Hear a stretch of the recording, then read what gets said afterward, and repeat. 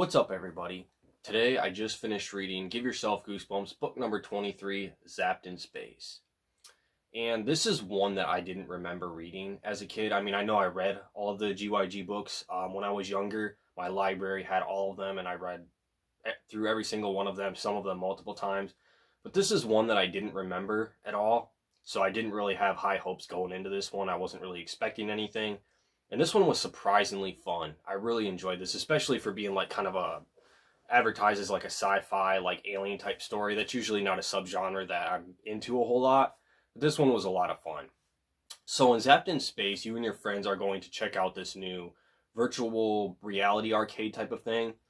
And when you sit down to play this video game, it turns out that this VR game is actually real, and you're transported to these different locations. And so there's two separate story arcs in this, as with most GYGs, and one of the games you can be transported to is called the Abominable Snow Woman, I think it's called, and you are teleported to like this Arctic or Antarctic type world where there's these glaciers and different creatures you have to avoid, like polar bears and such.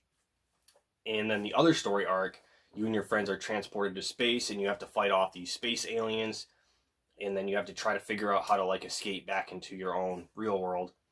And both story arcs in this book were a lot of fun, honestly. I played the like Arctic, the Abominable Snow Woman one first. And in this story arc, you're actually going through it by yourself at first. Your friends are playing like a different game. So you're traversing this Arctic landscape by yourself, and you just have to basically figure out how to survive. You come across this polar bear. There's like this giant ice dog called an ice hound.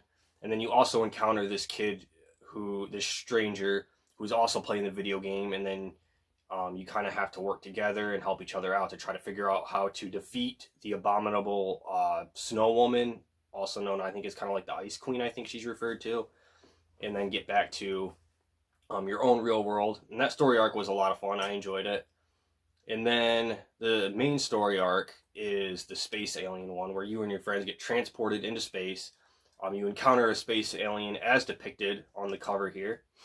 And then you find out that this space alien is actually not really the bad guy, but he's basically enlisting you and your friends to help him defeat another race of like these aliens, I guess. I don't know. There's this other like race of aliens and like a war going on between them. It's kind of vague. It doesn't really go into a lot of detail. As usual with these, there's really not a lot of detail or plot with these types of books. It's more just about the adventure and making the choices and exploring the different paths and endings and such with these. But there is a clear objective in both story arcs, which I really enjoyed. Both story arcs take up about the same amount of page space. There's one good ending per story arc. And the Space Alien one was pretty fun too. I really enjoyed it. Basically, when you decide to help this alien, you have to go through these different levels. There's a yellow level, a red level, and a blue level. And each level, something different happens. And you have to beat each level. And then at the end, there are these three puzzles. You come across these three disembodied heads, which is kind of dark and messed up, but I really like that. These three disembodied heads that like talk to you and make you solve these puzzles. Each one makes you solve a puzzle, and you have to solve each one of them in order to beat the game, the virtual reality game, and to help these aliens. And then you can get back home after that. So that was a lot of fun. I really liked that. The puzzles were a little bit easy. I think my only major complaint that I have with this book is it was kind of easy to complete. None of the puzzles are really that difficult. One of them requires almost no thought at all, and it basically tells you the answer to it. The other two puzzles were okay. I actually did have to think about them for a minute, but they were still pretty easy. But yeah, the levels too are pretty fun, even though they're not super extensive. But one of them, I think the red level it is, you basically come across these giant lizard-like creatures, and you have to like fight them off and run from them. And then once you escape, then you move to the yellow level, where there's like this giant blob creature attacking you and your friends, and you have to figure out how to escape this level. So yeah, this one was just a lot of fun. It's not super elaborate. There's not a ton of game function to this one.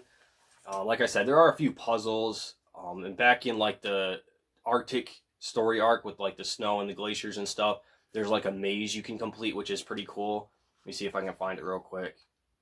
And I mean, the puzzles in these books, I mean, they're not like super challenging or anything, but it's still fun just to have that in there. Something makes it more interactive, just a bit more engaging, which I always really enjoy. I like when these books have more of that kind of stuff. So yeah, not a ton of game function, but it does have those. And this was just an entertaining book. I don't really have a lot of negatives to say about it, other than it was a little bit easy to complete. But yeah, this is one of the best Give Yourself Goosebumps books I've read in a while. I didn't quite love it. It wasn't perfect. Let me see. Here's another one of the puzzles. It's like kind of like a word search, basically. This is one of the puzzles you have to complete towards the end, at the last level of the game. And yeah, I give this one probably 3.5 out of 5 stars. I don't really have a whole lot else to say about it. I just wanted to do a quick review on this book because I was surprised at how much I enjoyed it. It's like a low 4 stars, kind of like probably like a 3.75 out of 5 maybe. My ratings for some of these Give Yourself Goosebumps will probably change once I finish reading through the series, and I can kind of rate them or adjust the ratings like in relative to one another. Ranking this series is going to be tough. I'm not really looking forward to ranking this series. It's going to be a little bit of a pain in the butt, I'm sure, but yeah, I've only got 12 more GYG books left to read now, and I enjoyed this one and I recommend it.